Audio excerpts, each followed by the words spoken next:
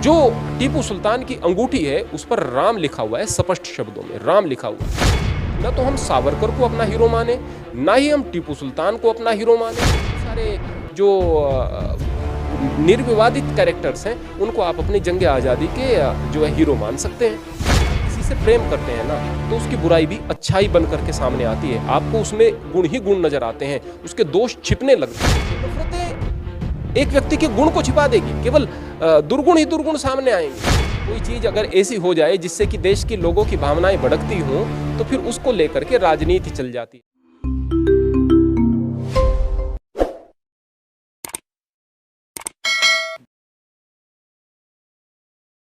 नमस्कार, स्वागत है आप सभी का हिंदुस्तान 24 पर और मैं आप सबके साथ विपिन चौधरी।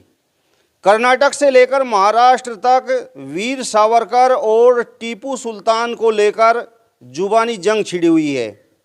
एक पक्ष कह रहा है कि टीपू सुल्तान देशभक्त थे तो दूसरा पक्ष कह रहा है कि वीर सावरकर देशभक्त थे। अब सवाल ये है कि टीपू सुल्तान और वीर सावरकर में से देशभक्त आखिर था कौन, और इस विषय पर बातचीत करने के लिए आज हमारे साथ महंत आनंद स्वामी जी मौजूद हैं। महंत जी, बहुत बहुत स्वागत करता हूं आपका हिंदुस्तान 24 पर। जी, आपका भी स्वागत है हमारे मंदिर में प्रियवर। वीर सावरकर और टीपू सुल्तान को लेकर दो पक्षों में जुबानी जंग छिड़ी हुई है। एक पक्ष कह रहा है कि टीपू सुल्तान देशभक्त थे और दूसरा पक्ष कह रहा है कि वीर सावरकर देशभक्त थे। तो इन दोनों में से आखिर देशभक्त था कौन? देखिएगा प्रियवर, अगर हम देशभक्ति की परिभाषा के विषय में बात करें तो देशभक्त उसको कहेंगे जो कि अनकंडीशनली देशभक्त हो, उसकी देशभक्ति के पीछे कोई कंडीशन ना हो।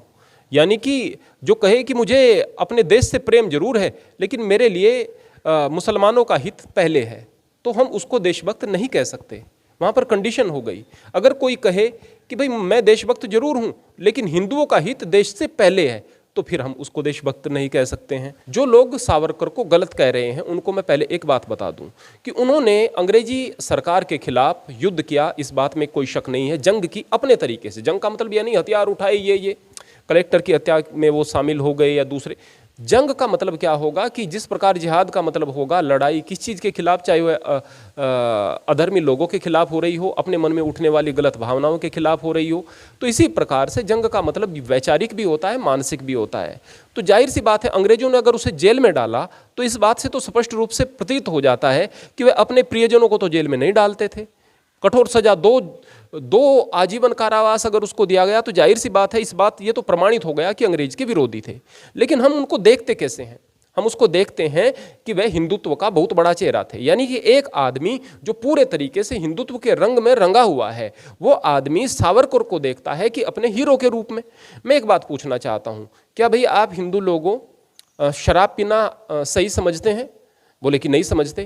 भाई वो तो विस्की के बड़े शौकीन थे, सावरकर तो शराबी थे, शराब पीते थे, वो तंबाकू सूंघते थे, एडिक्टेड थे तंबाकू के। वो तंबाकू अगर उनको नहीं मिलता था तो उन्होंने चूने को सूंघा है अच्छी प्रकार से दीवारों से खुरच करके। अगर हिंदुत्व के पक्ष में कुछ चीज़ें बात लिख दी तो आप उसे हिंदूवादी नहीं कह सकते। भाई हिंदूवादी होने का मतलब यह है कि पहले अपने चरित्र को इस प्रकार से पेश करे कि भाई देखो मैं हिंदुत्व का चेहरा हूं, तो मेरे अंदर ये कमियां नहीं होनी चाहिए क्योंकि लोग मुझे देख करके अनुसरण करेंगे। तो इस बात में कोई शक नहीं है कि देशभक्ति उनकी प्रमाणित हो जाती है इस बात से कि अंग्रेजों ने उनको सजा दी।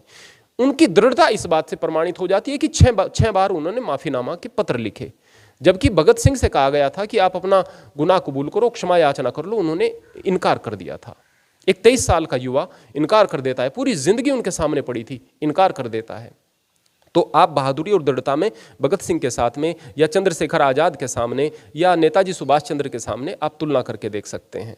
तो ये तो एक कंपैरेटिवली मैंने आपको चीज़ें बताई। अब बात बताता हूँ मैं रियासत मैसूर के जो राजा हुए हैं टीपू सुल्तान, 18वीं शताब्दी में वे राजा हुए थे। 1750 के लगभग उनका जन्म हुआ था।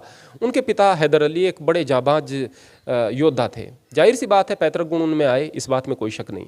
लेकिन इतिहास में यह भी बताया जाता है कि उन्होंने हिंदुत्व के खिलाफ अभियान चलाए, उन्होंने हिंदू स्त्रियों पर अत्याचार किए, उन्होंने बहुत सारे ऐसे काम किए जो कि मुसलमानों के पक्ष में थे और धर्मांतरण कराने वाले थे। इस तरह की चीज़ें कराई।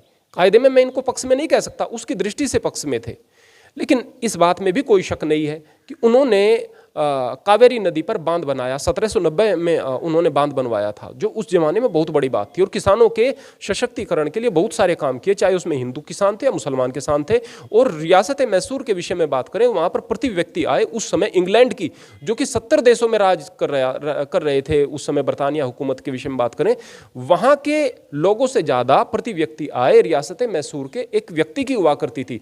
तो जाहिर सी बात है वो कुशल शासक रहे होंगे, तभी तो मजबूत शासन उनका रहा, इस बात में कोई शक नहीं है। तो एक शासक के रूप में हम टीपू सुल्तान को बिल्कुल एक बेहतर शासक कह सकते हैं, इस बात में कोई शक नहीं है। लेकिन यदि कोई व्यक्ति इस बात को कह रहा है कि उन्होंने हिंदुओं पर अत्याचार किए, वो बात बिल्कुल बेबुनियाद नहीं हो सकती, उसमें कुछ न कुछ बात रही होगी। लेकिन एक व्यक्ति के जीवन के दो पहलू अक्सर हुआ करते हैं। हो सकता है कि वह पहले इस प्रकार के व्यक्ति रहे होंगे और उनको अपनी गलती का एहसास हुआ होगा और फिर उन्होंने सौहार्द की भावना को जीवन में अपनाया होगा, ऐसा भी हो सकता है।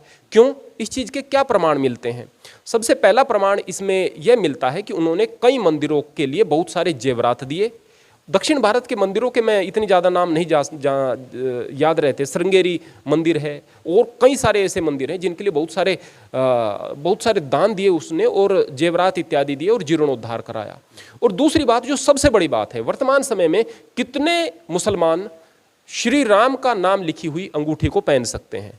जो टीपू सुल्तान की अंगूठी है उस पर राम लिखा हुआ है, स्पष्ट शब्दों में राम लिखा हुआ है। तो इससे बढ़कर और क्या आप सामाजिक सद्भाव और सौहार्द की जो है बात कर सकते हैं?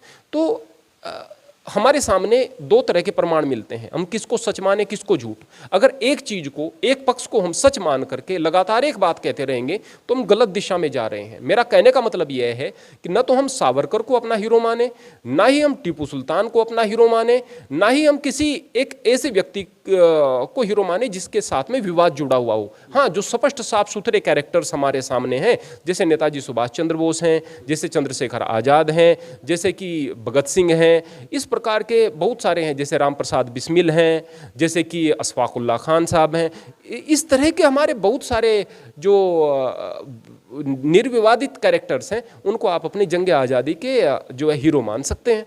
और दूसरी बात यह है कि यदि हमें वर्तमान में देश को आगे बढ़ाना है ना, तो इन चीज़ों से बाहर निकलना पड़ेगा। अगर इन चीज़ों में उलझे रहेंगे ना तो हम तरक्की की बात नहीं सोच सकते। दुनिया बहुत आगे जा रही है। चीन किस दिशा में सोच रहा है? चीन सोच रहा है कि भाई मैं अपनी न्यूक्लियर एनर्जी को बहुत ज़्यादा बढ़ा लूँ और किस प्रकार से कि मैं दूसरा सूरज बना लूँ, मैं दूसरा चांद बना लूँ, दूसरा सूरज बना करके लगातार मैं एनर्जी को प्राप्त करता रहूँ। बहुत सारे सैटेलाइट्स वगैरह बना रहे हैं। रूस कहाँ जा रहा है, अमेरिका कहाँ जा रहा है। हम अगर इन चीज़ों में उलझे रहेंगे तो इससे इंसानियत की और इंसान की तरक्की बंद हो जाएगी। यदि हम वास्तव में तरक्की की दिशा में बढ़ेंगे, प्रेम की दिशा में बढ़ेंगे, तो इस देश में हर एक व्यक्ति सुखी रहेगा और हर एक मतांतर जितने भी देश के अंदर हैं, हर सभी लोग सुखी रहेंगे।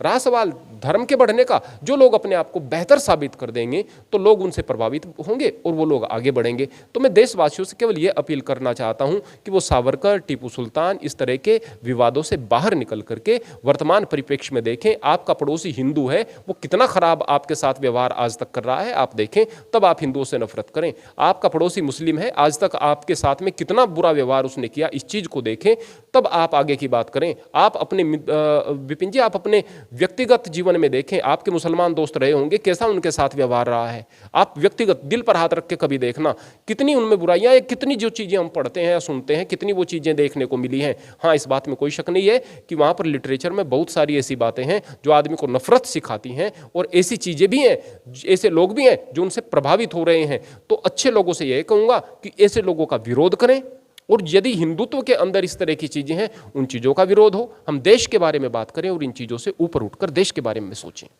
ओवैसी से जुड़े हुए लोग ये कह रहे हैं कि टीपू सुल्तान देशभक्त थे, अंग्रेज़ों के खिलाफ उन्होंने लड़ाई लड़ी, और सावरकर के बारे में वही लोग ये कह रहे हैं कि उन्होंने तो अंग्रेज़ों के तलवे चाटने का काम किया। देखिएगा, ठीक इसी प्रकार से जो बात हम असदुद्दीन ओवैसी के बारे में कह रहे हैं, ठीक यही बात हम आरएसएस के बारे में या फिर हिंदूवादी विचारधारा रखने वाले लोगों के बारे में कह सकते हैं। वो इस बात को कहते हैं कि वह एक सच्चे देशभक्त थे। अगर उन्होंने माफ़ी मांगी थी तो वो उनकी एक स्ट्रेटजी थी, वो उनकी एक योजना थी, उस योजना के तहत उन्होंने माफ़ी मांगी थी, वरना वह बड़े देशभक्त और बड़े वीर थे। और वह टीपू सुल्तान को गद्दार और 10 चीज़ें कह रहे हैं। अगर कहीं पर थोड़ा बहुत कोई चीज़ इस तरह की मिल गई होगी उसको बढ़ा चढ़ाकर बता रहे हैं, बताने का काम करते हैं। ठीक इसी प्रकार अगर सावरकर के खिलाफ कोई चीज़ मिलती है उसको बढ़ा चढ़ाकर वे बता रहे हैं। यदि कोई व्यक्ति आपस में बिल्कुल 36 का आंकड़ा रखता है, नफरत बना करके रखता है, तो दोनों की बातों में बहुत ज़्यादा अंतर होगा ही होगा। मैं केवल एक बात आपको यहाँ पर कहना चाहूँगा विपिन जी, यदि आप किसी से प्रेम करते हैं ना तो उसकी बुराई भी अच्छाई बन करके सामने आती है। आपको उसमें गुण ही गुण नजर आते हैं, उसके दोष छिपने लगते हैं।